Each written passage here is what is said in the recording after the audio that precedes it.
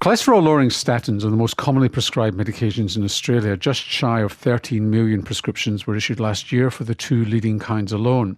But under Australian guidelines, not everyone who needs statins gets them, while others are popping that blister pack every day, even though their actual risk of a major coronary event like a heart attack is relatively low. A paper published today in the Medical Journal of Australia suggests measuring the amount of calcium in your coronary arteries, those are the arteries supplying the heart muscle, could help to improve the accuracy of heart attack prediction and therefore better target prevention. Professor Tom Marwick is the Director and Chief Executive of the Baker Heart and Diabetes Institute. Welcome to the Health Report, Tom. Thanks, Norman. Thanks for the invitation. Now, this is called CT calcium scoring because it involves a CT scan of the heart. That is correct. So it's different from a CT coronary angiogram in that there's no pre-medication with beta blockers required or injection of dye. It's just a plain CT scan. And the CT angiogram outlines the arteries of the heart in more detail. That's correct, but you know the goal here is to look at the early stages of coronary disease, if you like, disease in the wall rather than disease in the actual lumen of the vessel. And how predictive of a heart attack, before we get to your study, how predictive of a heart attack is calcium scoring? Because I've been covering this story for years, and I remember several years ago, near the beginning of this, I think I had David Selimar on from the University of Sydney saying there were some serious problems with calcium scoring. What's the state of knowledge now? Oh, I think the knowledge has progressed a lot. So we have some large observational studies showing that if the coronary calcium is zero, that is an extremely favourable finding. So the chance of having a major coronary event, a heart attack, or coming to hospital with some crisis is well under 1% per year, probably about 0.5% per year in people who are at risk but have a score of zero. So negative predictive value is very high. The positive predictive value, if you have coronary calcium, of course, having an event is dependent on a heap of other things, but the presence of calcium has already declared you as being at risk, as it were. Now, what you did in this study was compare the absolute risk score. So this is like a computerized score where you check, your blood pressure, your cholesterol levels, your age, your gender, and so on, and all goes into a mix and comes out with a score of what your risk is of a heart attack over the next 5 or 10 years. And you compared that to CT calcium scoring. Yeah, so it's part of an ongoing study where we are randomizing people to treatment or not based on this knowledge, and we don't have that information yet. So this is the baseline information. And what it shows is that this is a group of people who, by the way, have a family history of coronary disease. So they're certainly very concerned and motivated to sort this problem out. And were at intermediate risk of disease according to the Australian risk calculator. So that's a 5-year risk of 10 to 15%. So rather than going hunting and fishing for people at high risk, you chose a group that you knew was at high risk, so you had a good baseline. Well, the interesting thing is that in spite of the level of risk of these people, half of them ended up having a coronary calcium score of 0.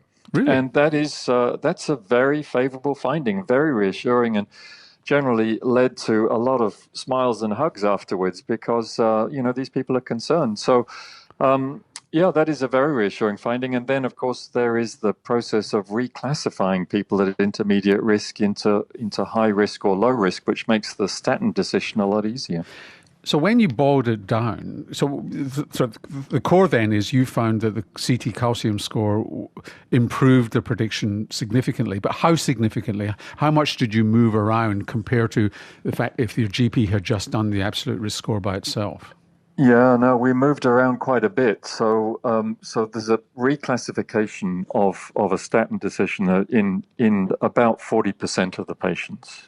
So a pretty significant impact, and that is not just going on to statins, but also reassurance that disease is not there and much less lower level of concern about treating with statins. What's the implication of this? I mean, so the implication is that one implication is you refine the targeting of statin therapy and presumably other preventive things that you might do for yourself as well. What about what are the other implications? Does that mean that a GP, say, who's got somebody who's 60 years old and they want to check whether or not they've got a high cholesterol, but does that score you high? I mean, one of the implications here is that just a high cholesterol doesn't necessarily qualify you for statins, you've got to have other things going wrong too. Should everybody have a CT calcium score done? Well, I don't think everybody should do. I think its main value is this intermediate risk group, which is a pretty significant number of people. I mean, we're talking about probably 30-40% of the population, pretty significant. So just describe somebody who fits in. So this is somebody who has an absolute risk score from the GP. What is that at the intermediate level? What does that actually mean? What do they score? So so there's some difference between the Australian and the international guidelines here. So our score is very much more conservative. In fact, it's from about 10 years ago. So it was the era when the statins were still very expensive. And our intermediate classification is 10 to 15% risk over 5 years, whereas, for example, the US guidelines, their 10-year risk is 7.5 to 20%. So in other words, they finish intermediate risk at a 5-year risk of 10%, and we only start calling intermediate risk at a 5-year risk of 10%. So the implication is that the threshold for starting statins is higher in Australia than it is elsewhere, and it means that there's more people in this intermediate group where really we agonize as to whether they should be started. I think often, this is exactly the scenario you're talking about a single risk factor and the ability to really clarify the level of risk. So just the bottom line, because we're running out of time, is that those are the people that the GP should do a CT calcium score on. Well, indeed. I mean, at the moment, it is not something that's covered in the medical benefit scheme. And our argument is that certainly for people who have a family history, there is a lot of value as shown here. Thank you very much, Tom. Thank you. Professor Tom Marwick is Director of the Baker Heart and Diabetes Institute in Melbourne.